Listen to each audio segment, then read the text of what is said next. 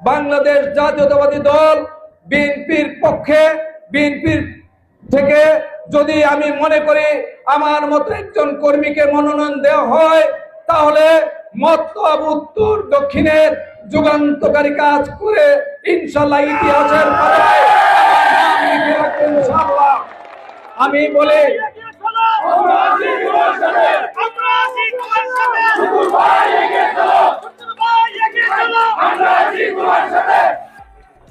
ভাইয়েরা, একটা কথা বলি, আমি যদি মারা যাই অথবা আমি যদি মনোনয়ন না পাই, আমি এইটুকু বলবো, আমার মতো একজন নিষ্ঠাবান কর্মী